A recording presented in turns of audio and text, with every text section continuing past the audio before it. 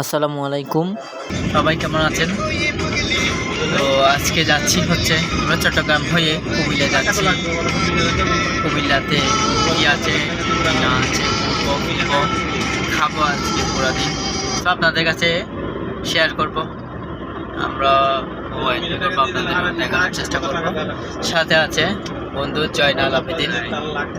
হ্যাঁ, ও আমার সাথে অনেকদিন পরে এটা লং ট্রিপে যাচ্ছে। সাথে আছে মোহাম্মদ তুহিন, টিকার তুহিন ও আছে, আর সাথে আমাদের ভাই আছে, উনি ব্যস্ত কথা বলছে। সবাই দেখতে থাকুন। আমরা এখন ঢাকা চট্টগ্রাম হাইওয়ে রোডে আছি। আমরা আজকে মূলত ডে ট্রিপে যাচ্ছি।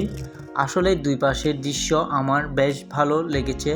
সৃষ্টিকর্তার দেওয়া প্রকৃতি কতই না সুন্দর, না জানি এই বিশ্ব ব্রহ্মাণ্ড যিনি সৃষ্টি করেছেন তিনি কতই না সুন্দর। আমরা যাত্রাপথে নূরজাহান হোটেলের সামনে কিছুক্ষণ যাত্রা বিরতি দিই। এখান থেকে নাস্তা করে আমরা আবার রওনা দিই। আমরা প্রথমে আসি কুমিল্লা ধর্মসাগর পার, আর এটা হচ্ছে কুমিল্লা ধর্মসাগর পার। এখানে কায়াকিং করার জন্য কিছু বুট দেখা যাচ্ছে। কেউ কেউ ডিগির পাড়ে বসে বসে আড্ডা দিচ্ছে। পাশে মানুষ আড্ডা দেওয়ার জন্য পার্কের মতো করা হয়েছে। জায়গার নামটা আমার যেমন ইন্টারেস্টিং মনে হয়েছিল, আসলে বাস্তবে তা ভিন্ন। বাস্তবে এসে দেখতে পেলাম জাস্ট একটা দিঘি, আর এই দিঘির পাড়ে মানুষ আড্ডা দেয়। এরপর আমরা আরেকটা জায়গার উদ্দেশ্যে রওনা দেই, আর সেই জায়গাটি হচ্ছে এই ম্যাজিক প্যারাডাইস। গেটটা আসলে জোস। তার পাশে ভেড়া কতগুলো খুব ঘাস খাচ্ছে, তাই ওদেরও আজকের ব্লগে নিয়ে নিলাম। বিশাল একটি এরিয়া নিয়ে প্যারাডাইসটি অবস্থিত কুমিল্লার মধ্যে, খুব সুন্দর জায়গার মধ্যে এটিও একটি। এখানে পার্কিংয়েরও সুব্যবস্থা রয়েছে, আর এখানে অপর পাশে রয়েছে কিছু খাবার রেস্তোরাঁ। আপনারা চাইলে দুপুরের লাঞ্চটা ওখানে ট্রাই করতে পারেন, কারণ প্যারাডাইসের বাইরে তেমন ভালো খাবারের দোকান নেই। আর এই পার্কের টিকিট ফি হচ্ছে 300 টাকা করে। অন্যান্য সময় আরও বেশি নেই, এখন অফ সিজন তাই কম নিয়েছে। ভিতরের ভিডিওগুলো ডিলিট হয়ে যাওয়ার কারণে অ্যাড করতে পারেনি। এটা হচ্ছে কুমিল্লা বিশ্ববিদ্যালয় বন্ধ, তাই আর নামেনি। আর এটা হচ্ছে কুমিল্লা বুদ্ধ মন্দির, আর এখানে পার্কের টিকিট ফি হচ্ছে 30 টাকা করে। আর এই টাকাটি ব্যয় করা হয় অনাথ শিশুদের ভরণ পোষণের জন্য। আর এটা হচ্ছে মন্দিরের এরিয়ার ভেতরের দৃশ্য।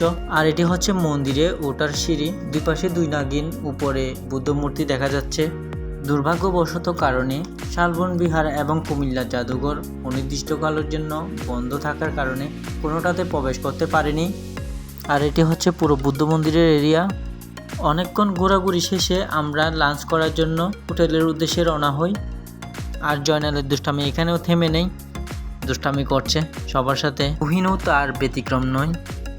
এক ভাই সাজেস্ট করেছে হোটেল এটাতে নাকি ভালো এবং মজাদার খাবার পাওয়া যায়, তাই এটাতে প্রবেশ করে আগে ফ্রেশ হয়ে নিই, তারপর অর্ডার করি। হোটেলের পেছনে চমৎকার একটি লেক রয়েছে, এখানে খুব ঠান্ডা বাতাস আসে, যার কারণে ভোজন আরও উপভোগ্য হয়। আমরা খাওয়া দাওয়া শেষে কিছুক্ষণ রেস্ট করার পর বিকেলে আবার চট্টগ্রামের উদ্দেশ্যে ব্যাক করি। আমরা গান আর আড্ডার মধ্য দিয়ে চট্টগ্রামে এসে পৌঁছাই। সর্বোপরি আজকের ট্যুর খুব সুন্দর ও সফলভাবে উপভোগ করেছি। সো গাইস, আজকে এ পর্যন্ত। দেখা হচ্ছে নতুন কোনো ভিডিওতে। ততক্ষণ পর্যন্ত সবাই অনেক অনেক ভালো থাকবেন। আল্লাহ হাফেজ।